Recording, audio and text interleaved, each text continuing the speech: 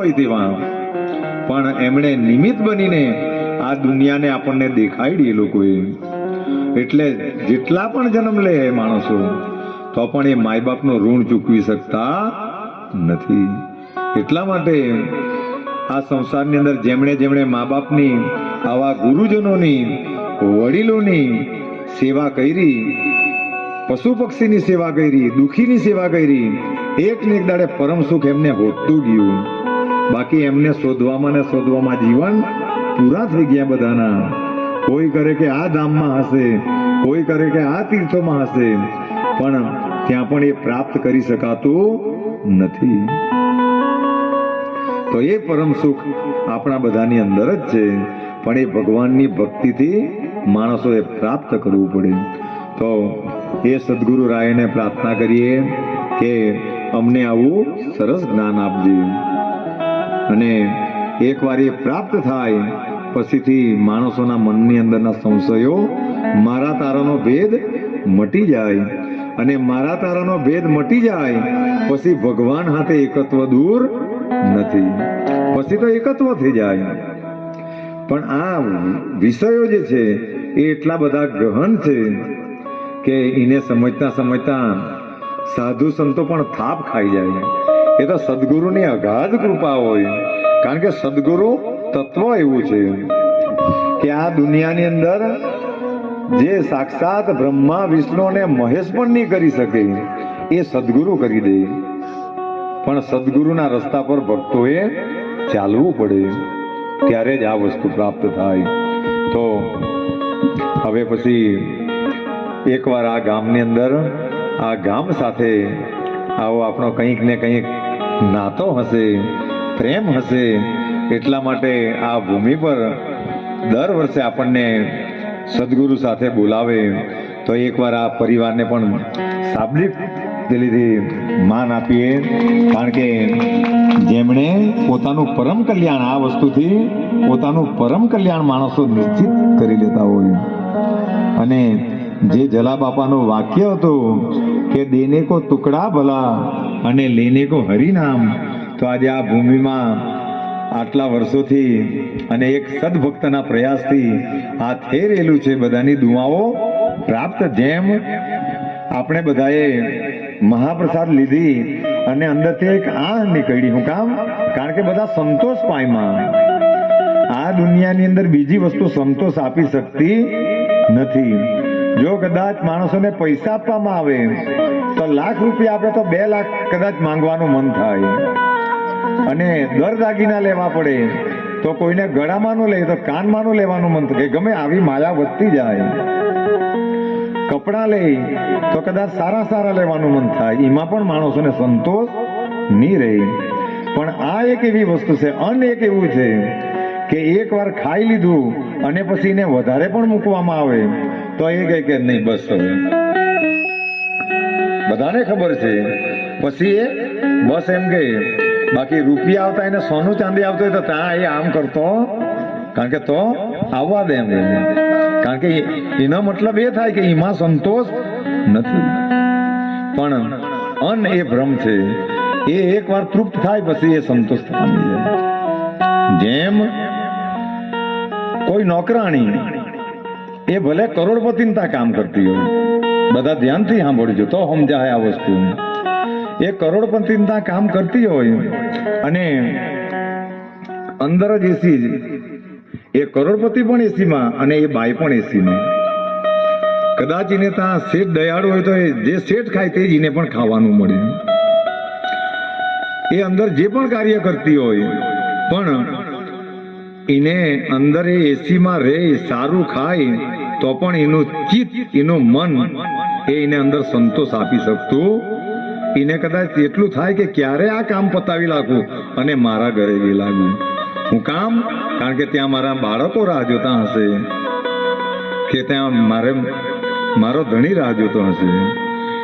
રહે તો કદાચ મોટા બંગલામાં, કરોડપતિના બંગલામાં, તો પણ એના પરથી શું સાબિત થાય કે ત્યાં પણ શાંતિ નથી.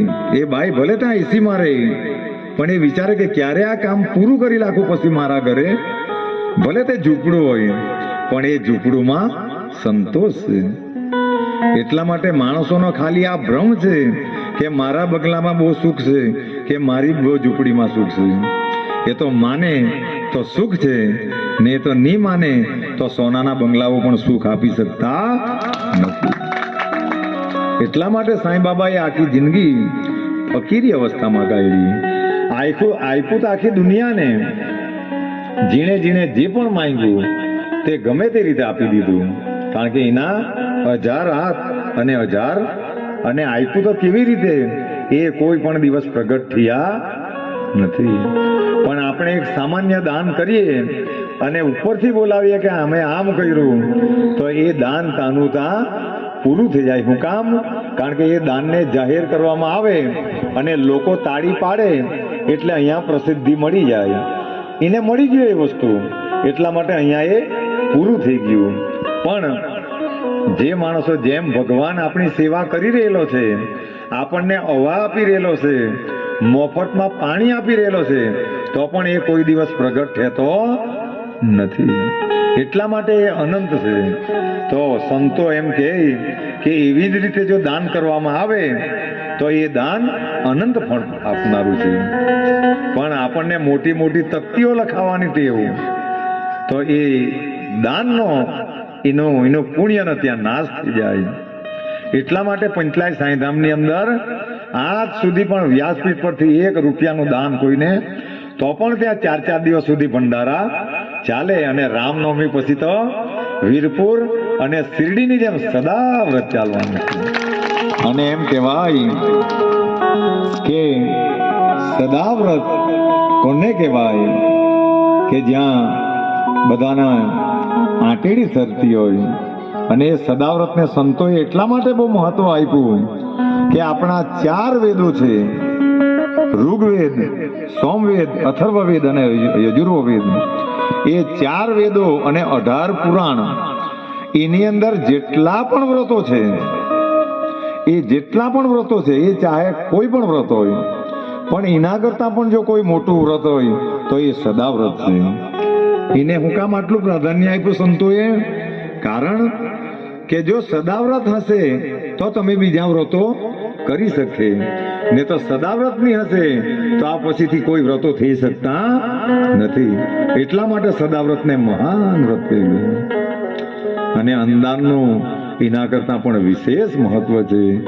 સંતો આ સુધી કે જે માણસો અંદાન કરે તો કાં આપણા કર્મ ગલત હશે ને, આપણે કદાચ પાપો બાળપણમાં કે જ્યારથી સમજતા થયેલા ત્યારથી પાપો પણ કરેલા હશે, કોઈ જીવને પણ મારેલા હશે. અરે મારેલા તો હશે પણ ખાધેલા પણ હશે, કારણ કે જે તે સમયે બધા માંસાહારી હતા. તો એ કર્મના ભોગને લીધે જો કદાચ આપણને પશુનો અવતાર મળે, કદાચ પશુનો અવતાર મળે, પણ જો અંદાન કરેલું હોય તો એ પશુના અવતારમાં પણ એ જીવ ભૂખે મરતો નથી. ત્યાં પણ સહજ રીતે બધાને અન્ન મળી રહે એવી આ પવિત્ર વસ્તુઓ છે. તો એ અંદાન અને માણસોના શરીરના રોગો હોય, બીજા ત્રીજા રોગો હોય, તો એ અંદાનના માધ્યમથી માણસોની શારીરિક તંદુરસ્તી પણ સારી રહે. એવા અનેકો દાખલાઓ છે. પંચલાય સાંઈધામની અંદર સાંઈ બાબાના જવાબના અનેકો દાખલાઓ છે કે જે પણ સદગુરુએ કહ્યું તે ભક્તોએ કર્યું તો તે અશક્યમાંથી પણ શક્ય બની ગયું. તો એ સદગુરુ તત્વ પણ આ બધી પ્રેમની બધી વ્યાખ્યાઓ છે, પ્રેમની પરિભાષાઓ છે. ઘણીવાર માણસો અજ્ઞાનતાને લીધે અર્થના બધા અનર્થો પણ કરી નાખે. એટલે આજે જ એક સંત મહાત્માનો વિડીયો મેં સાંભળ્યો, એ પિક્ચરના ગીત પરથી હતો કે જીના પર કેટલો પ્રેમ છે તેના પરનો એ વિડીયો એ મહાત્મા પરથી કોઈને કોઈએ જાહેર કરેલો હશે. તો એ આજે જ સાંભળવામાં આવ્યો. અને રસ્તે જયંતિભાઈ જોડે બેઠેલા હતા તો એમને પણ એ બતાવ્યો. તો એની અંદર એ મહાત્માએ એમ કહ્યું કે પિક્ચરના ગીતો પરથી પણ ભક્તિને જાગૃત કરી શકાય.